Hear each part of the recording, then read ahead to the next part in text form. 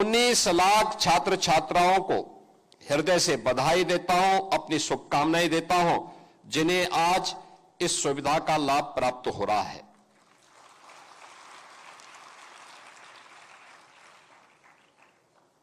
इस सुविधा में अनुसूचित जाति, अनुसूचित जनजाति, पिछड़ी जाति, सामान्य जाति और अल्पसंख्यक वर्ग से जुड़े हुए छात्रों को आज 944 करोड़ 55 लाख रुपए इस वर्ष की छात्रवृत्ति के उनके अकाउंट में सीधे डीबीटी के माध्यम से दे दिए गए। यानी नियत साफ हो, नीति स्पष्ट हो तो भ्रष्टाचार रूपी दानों को नियंत्रित किया जा सकता है। आप सोचिए ना, इसी छात्रवृत्ति के लिए आज से 9 वर्ष पहले जो नौजवान उस समय अध्ययन करता था, इसी भ्रष्टाचार के कारण उस छात्रवृत्ति नहीं प्राप्त करता था, क्योंकि पहले तो सरकार की नीयत साफ नहीं रहती थी, अपने पराये का भेद करती थी, परिवारवाद के चंगुल से बाहर नहीं निकल पाती थी, और अगर वहां से निकला भी तो उनके गुर्गों के भ्रष्टाचार से योजनाएं कहां वंचित रह पाती थी।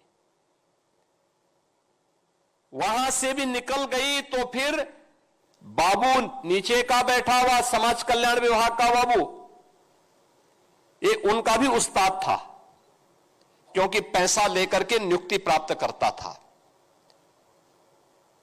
परिणाम क्या होता था? एक गरीब मारा जाता था, एक गरीब वंचित होता था,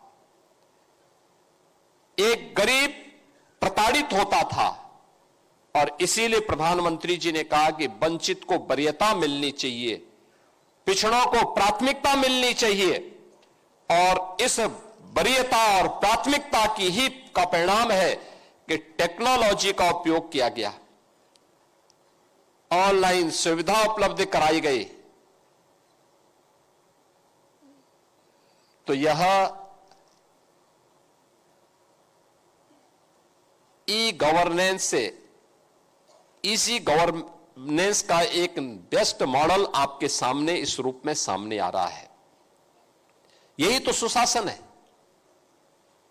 जहां पर हर व्यक्ति इस सर्वसमावेशी विकास का लाभ प्राप्त कर सके, बिना भेदभाव के प्राप्त कर सके।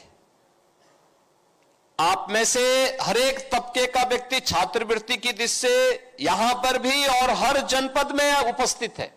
आप सोचो, 19 लाख छात्र एक साथ एक क्लिक से, जैसे ही मैंने अपने सहयोगी मंत्रियों के साथ उस यहां पे बटन दबाया, उनके अकाउंट में पैसा चला गया। क्या किसी का चेहरा देख करके स्कॉलरशिप दी गई? नहीं, उसकी आवश्यकता थी। शिक्षा पर उसका अधिकार भी है, और सरकार का दायित्व बनता है कि बिना भेदभाव के उसका अधिकार उसे प्राप्त हो सके, इसके लिए उसको स्कॉलरशिप की सुविधा के साथ जोड़ सके। और सरकार ने अपने उस दायित्व का निर्वहन यहां पर किया है। यह काम तब होता है जब सरकार की नियत साफ होती है, जब सरकार की मंशा होती है कि नेशन फर्स्ट का भाव हमारे मन में हो, राष्ट्र प्रथम का भाव। जब परिवार प्रथम का भाव आ जाता है तब ये नहीं होता है, तब भ्रष्टाचार होता है। और जब राष्ट्र प्रथम का भाव होता है तब बिना भेदभाव के शासन की योजना का लाभ सबको प्राप्त होता है। और वही लाभ आज यहां पर आपको उपलब्ध कराया जा रहा है। आज आपने देखा होगा, अब यहां पे क्लिक किया गया, कोई लीकेज नहीं, कोई कमीशन नहीं, केवल सरकार को एक प्रयास प्रारंभ किया गया था। सरकार ने तकनीक से जोड़ दिया। संस्थाओं से कहा जाता है कि भाई आप समय पे फॉर्म को वहां पे अपडेट करिए, अपलोड कर लीजिए,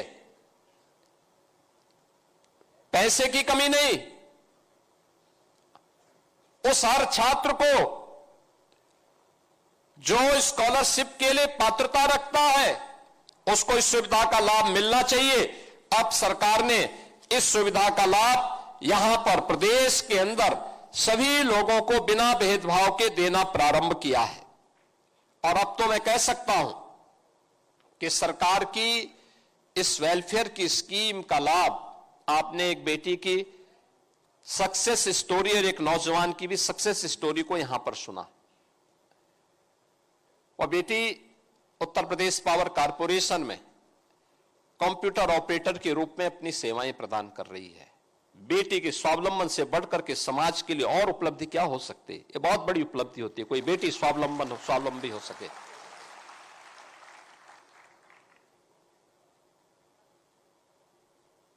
किसी नौजवान के स्वावलंबी होने से बढ़कर के देश के लिए सौभाग्य की बात दूसरी क्या हो सकती है? एक नौजवान जब कह रहा है मैं सॉफ्टवेयर इंजीनियर हूं, तो उसकी सॉफ्टवेयर की ताकत का लाभ यह देश लेता है, यह देश लेता है।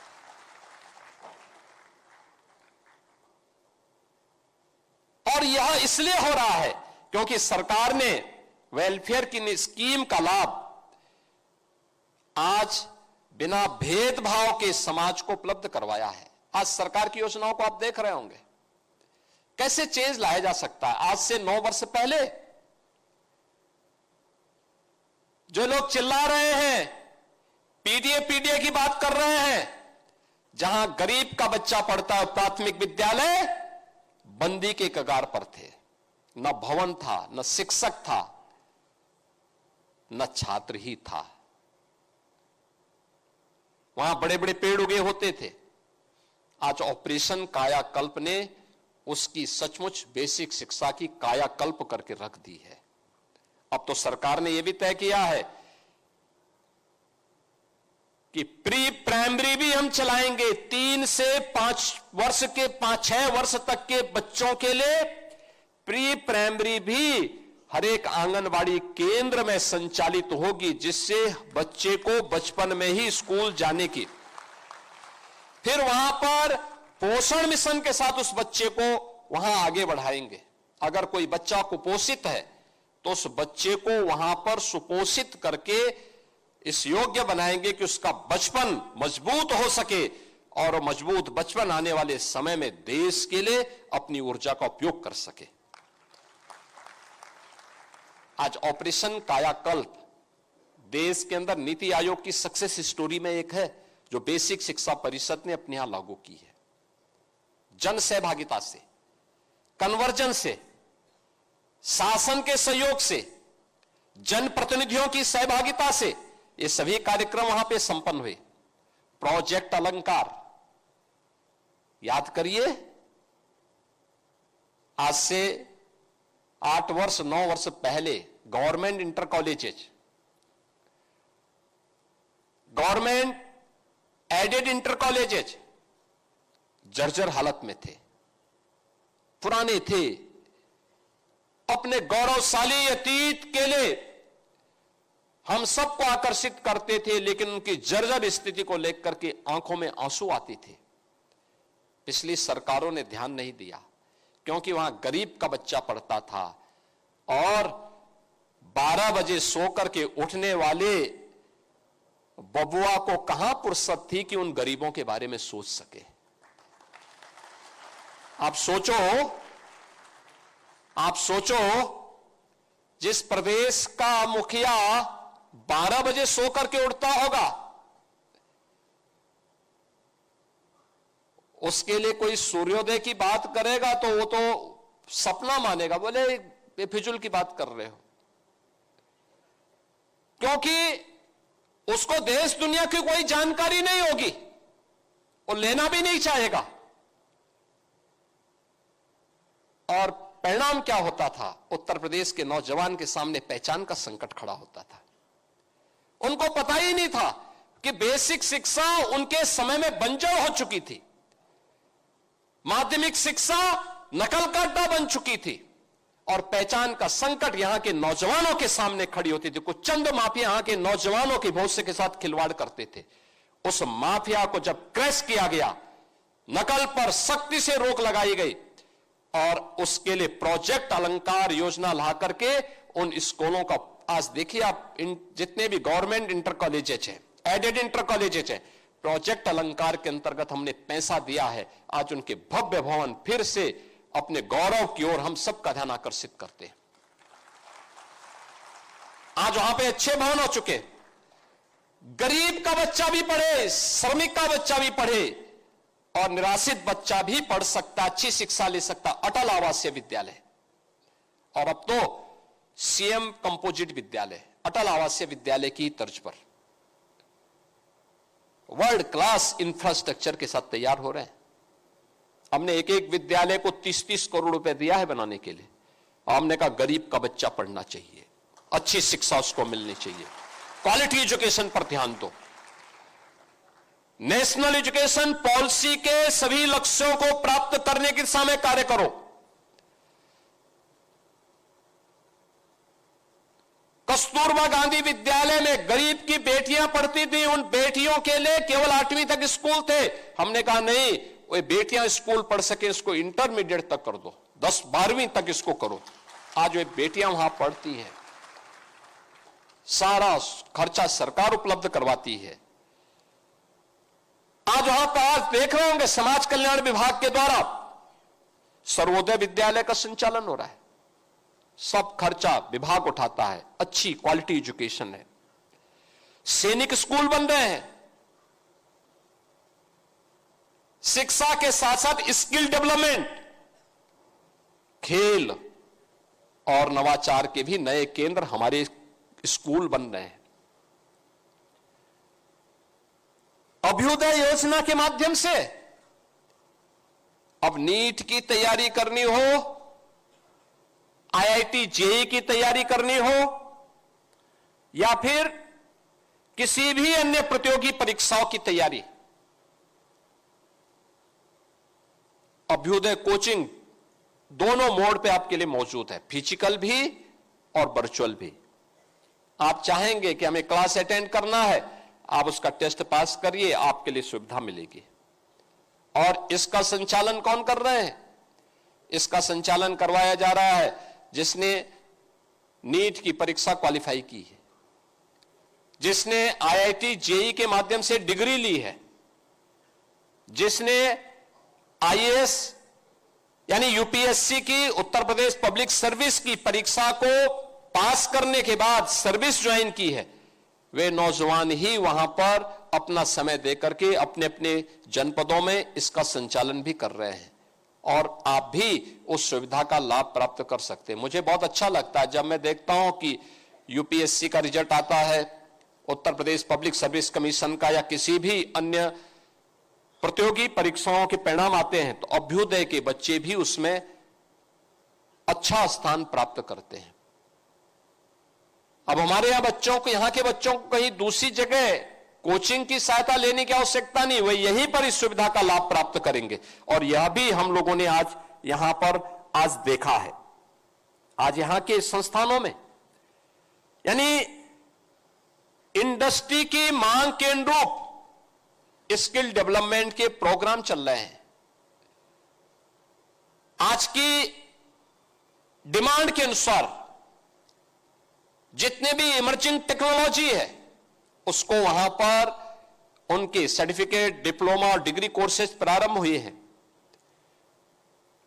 एआई के बारे में, रोबोटिक के बारे में, ड्रोन टेक्नोलॉजी के बारे में, स्पेस टेक्नोलॉजी के बारे में, ये सभी कुछ आज हमारे संस्थानों में उत्तर प्रदेश के अंदर ही हम उसकी ट्रेनिंग दे रहे हैं, इसके बारे में अपने नौजवानों को तैयार कर रहे हैं। और खेल के बारे में भी स्पोर्ट्स का जो नया इंफ्रास्ट्रक्चर तैयार हो रहा है, आज आप देख रहे होंगे प्रदेश के अंदर हर गांव में खेल का मैदान तैयार करवाया जा रहा है, हर ब्लॉक स्तर पर एक मिनी स्टेडियम, जनपद स्तर पर स्टेडियम की तैयारी। प्रधानमंत्री जी का भी इस पर विशेष ध्यान है, अलग अलग प्रकार से उन्होंने खेलो इंडिया खेलों के माध्यम से, फिट इंडिया मूवमेंट के माध्यम से, सांसद खेलकूद प्रतियोगिता के माध्यम से, राज्य सरकार ने भी प्रधानमंत्री जी की प्रेरणा से विधायक खेलकूद प्रतियोगिता, ग्रामीण लीग की प्रतियोगिताओं के माध्यम से, स्कूल कॉलेजेस के माध्यम से भी विभिन्न प्रकार की प्रतियोगिताएं आज आगे बढ़ रही हैं। और आज उसका परिणाम है कि खेलकूद की गतिविधियों को भी तेजी के साथ आगे बढ़ाने में मदद मिल रही है। सरकार इस पे ध्यान दे रही है। हमारे संस्थान आने वाले समय में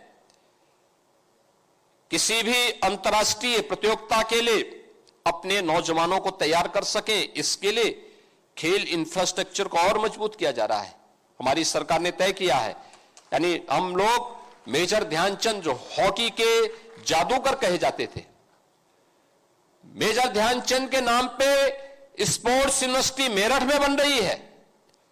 साथ साथ हम हर कमिश्नरी पे एक एक स्पोर्ट्स कॉलेज के निर्माण के कार्यक्रम को भी आगे बढ़ा रहे हैं। हर कमिश्नरी स्तर पर एक स्पोर्ट्स कॉलेज हो, स्थानीय एक एक कॉलेज को एक एक दो दो खेल देंगे, सेंटर ऑफ एक्सीलेंस के रूप में आप विकसित करिए, नौजवानों को तराशिए, आगे बढ़ाइए। हमारा नौजवानों सब कुछ कर सकता है, जो देश का सम्मान गौरव के साथ दुनिया के मंच पर, वैश्विक मंच पर आगे बढ़ाने का काम करेगा। ये हमारे संस्थान और हमारा युवा करेगा। और आज उस दिशा में हम लोगों ने इस कार्यक्रम को आगे बढ़ाया है। ये छात्रवृत्ति उसी दिशा में किए जाने वाले प्रयास का परिणाम है। मुझे अच्छा लगता है, अब ये योजनाएं केवल योजनाएं ही नहीं है। आज जो छात्रवृत्ति का वितरण हो रहा है, आप अनुमान करिए कि इन योजनाओं के माध्यम से इसमें छात्रों की संख्या, समाज कल्याण विभाग में अनुसूचित जाति के 6,37,012 छात्रों की संख्या, सामान्य के 3,04,525, अन्य पिछड़ा वर्ग के 7,35,955, अल्पसंख्यक कल्याण के 1,98,139 और अनुसूचित जनजाति के 3,095, यानी 18,78,726 छात्रों को 944 करोड़ 55 लाख रुपए की ये राशि आज यहां पर एक साथ इस वर्ष की उनके अकाउंट में भेजी गई है। मैं इसके लिए इन सभी छात्रों को हृदय से बधाई देता हूं, अपनी शुभकामनाएं देता हूं। सरकार ने प्राथमिकता के आधार पर उन सभी कार्यक्रमों को आगे बढ़ाया है। ये तो छात्रों के लिए है, लेकिन अन्य लोगों के लिए भी सरकार ने काम किया है। वृद्धावस्था पेंशन, याद करिए, पहले 500 रुपये मिलती थी, आज हम लोग 67,50,000 पेंशनर्स को 12,000 रुपये सालाना पेंशन की सुविधा का लाभ देते हैं। और इसमें हम लोगों ने इस सुविधा में वृद्धि की है और यह अब तक हम लोग यानी यहां पर भी इन सभी को यह सुविधा निरंतर ऑनलाइन उनके खातों में दी जाती है, यानी कोई लीकेज नहीं और कोई करप्शन भी नहीं। राष्ट्रीय पारिवारिक लाभ योजना के अंतर्गत भी हम लोगों ने योजनाओं का लाभ 9,30,000 परिवारों को आर्थिक सहायता इसके माध्यम से उपलब्ध करवाई है। और बेटी पढ़ेगी भी और बेटी की विवाह के लिए, शादी के लिए भी मुझे प्रसन्नता है कि अब तक प्रदेश में हम लोगों ने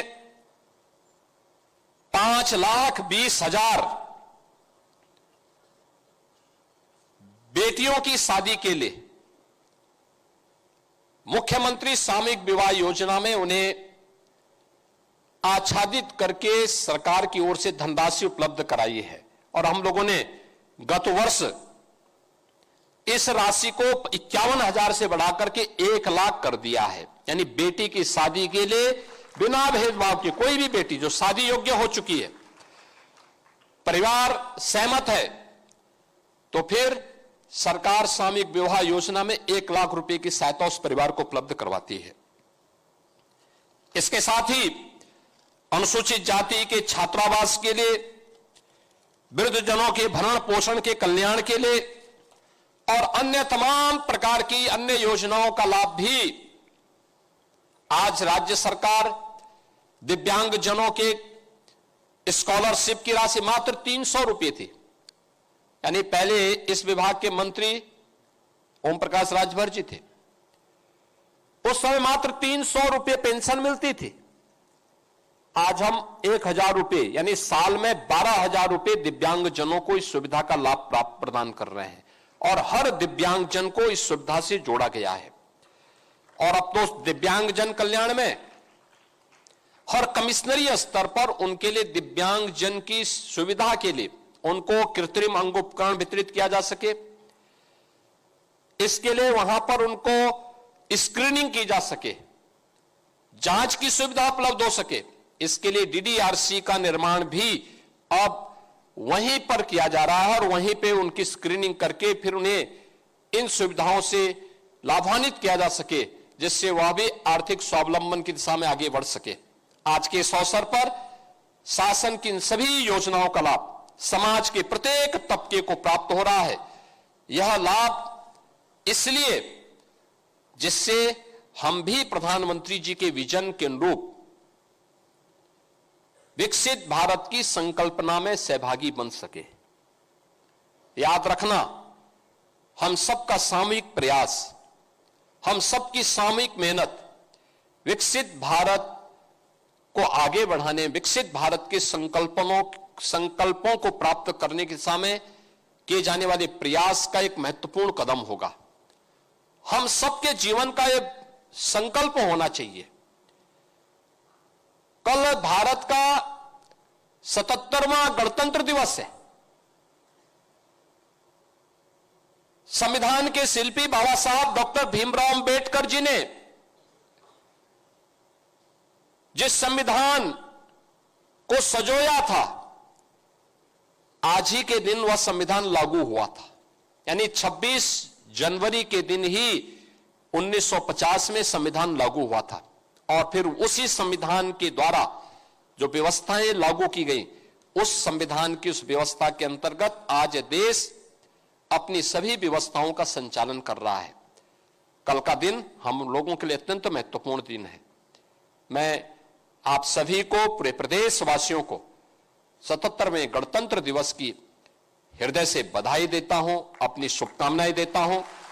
छात्रवृत्ति वितरण के अवसर पर आप सभी छात्र छात्राओं को अपनी मंगल में शुभकामनाएं देता हूं और विश्वास करता हूं कि ये छात्रवृत्ति आप सब लगन से पढ़ेंगे, आगे बढ़ेंगे, विकसित भारत के संकल्पों में आप भी अपना योगदान देंगे। इस विश्वास के साथ आप सबके प्रति मेरी मंगल में शुभकामनाएं हैं।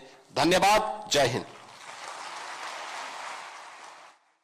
मुख्यमंत्री योगी आदित्यनाथ को आप सुन रहे थे। छात्र छात्राओं को यहाँ पर मुख्यमंत्री संबोधित कर रहे थे और पिछली सरकारों की नीयत साफ नहीं थी, ये भी मुख्यमंत्री ने कहा। छात्र छात्राओं को सौगात मुख्यमंत्री की तरफ से दी गई। पहले छात्रवृत्ति में घोटाले होते थे, लेकिन अब छात्रवृत्ति सीधे खातों में पहुंचती है। जब परिवार प्रथम आता है तब भ्रष्टाचार होता है, ये भी उन्होंने कहा। आपके मोबाइल पर तुरंत आएगी ब्रेकिंग न्यूज। स्क्रीन पर सबसे पहले दिखेगी बड़ी खबर।